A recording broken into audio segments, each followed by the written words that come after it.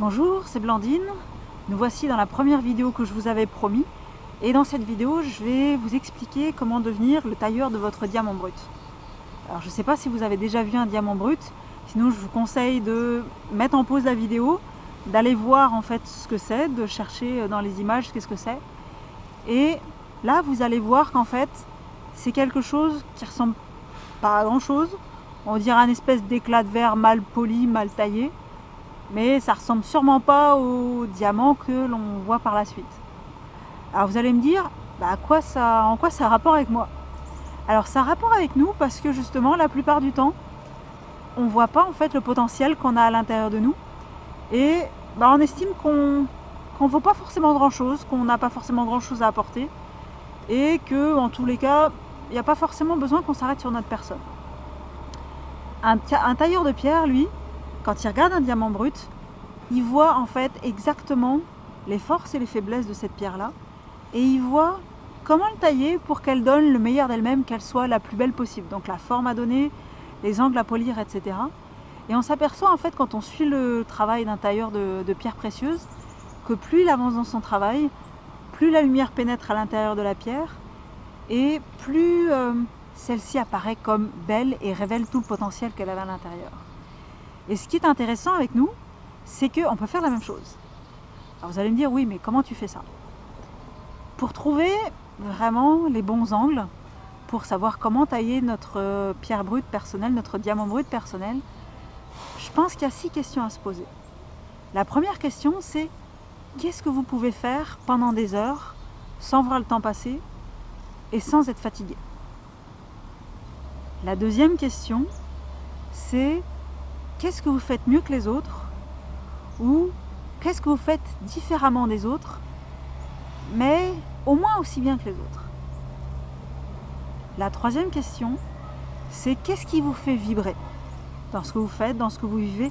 Qu'est-ce qui touche une corde sensible à l'intérieur de vous et qui vous fait vous sentir vraiment vivant?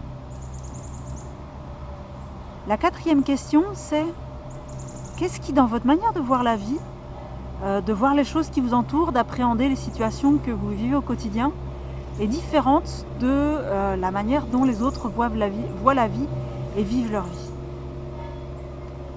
La cinquième question, ça serait une question à poser davantage à votre entourage. C'est toujours bon d'avoir l'écho un petit peu de ce qu'ont les autres parce qu'on n'a pas forcément une vision juste de soi-même. Ça serait de demander aux autres qu'est-ce qu'ils pensent que sont vos talents. Qu'est-ce que, selon eux, vous faites mieux que tout le monde ou différemment de tout le monde et pas si mal. La sixième et dernière question, ça serait qu'est-ce que vous avez envie de laisser comme trace de votre passage? Comment est-ce que vous avez envie qu'on se rappelle de vous en termes de valeur, de réalisation, ou de choses comme ça? C'est 6 questions quand même assez intéressantes.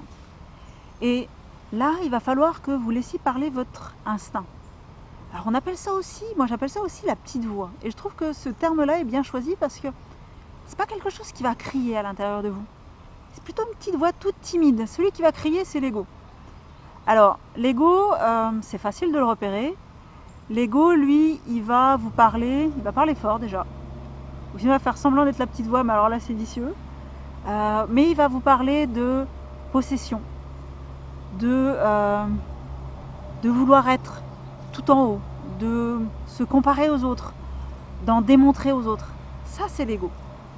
Alors que la petite voix, elle va vous parler de bien-être, de réalisation de vos aspirations, de paix intérieure, de plénitude, de connexion avec les autres et avec tout ce qui vous entoure. Donc ça, c'est votre petite voix. Et la petite voix, elle est toute timide. Donc c'est vrai que il ne faut pas lui dire non, ce que tu me dis c'est pas possible là, trouve-moi autre chose. Parce que là, dans ce cas-là, elle va se cacher et elle va plus parler.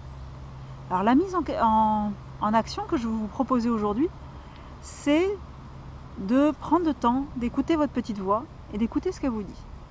Alors bien sûr, il va falloir surtout ne pas juger ce qu'elle va vous dire.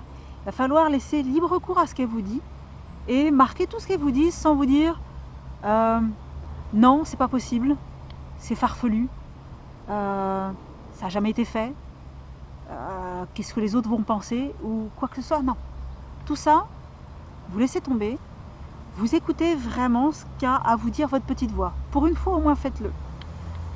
Parce que souvent, on a tendance à la réprimer, cette petite voix, parce que on se dit que ce qu'elle nous dit, c'est trop douloureux. Alors justement, ça risque peut-être de mettre du temps. Vous n'allez peut-être pas l'entendre tout de suite. Mais ça, c'est pas grave. Il faut lui laisser le temps parce que comme vous l'avez enterré, mais vraiment profond jusqu'à présent, parce que ce qu'elle avait tendance à vous dire, vu que vous pensiez que vous ne pouvez pas le réaliser, vous aviez tendance à lui mettre des coups de pelle là, pour l'enterrer bien profond, pour qu'elle arrête de vous embêter. Il va falloir lui laisser le temps de remonter à la surface. Et vous allez voir, si vous lui laissez le temps, peut-être il va falloir une journée, 2 journées, 3 jours, relisez les questions chaque jour et laissez les réponses monter à la surface de votre conscience. Et vous allez voir que vous allez avoir des choses étonnantes. Et il va falloir les accepter telles qu'elles sont, sans chercher à les juger, sans chercher à dire que c'est dans le domaine du possible ou pas. Dans les prochaines vidéos, je vais ensuite vous expliquer quoi faire avec tout ça. Donc pour aujourd'hui, faites bien ce que je vous demande. Et d'ici à ce qu'on se reparle, je vous souhaite une très très belle journée, ou une très belle nuit d'ailleurs. Je vous demande de surtout prendre soin de vous. À bientôt!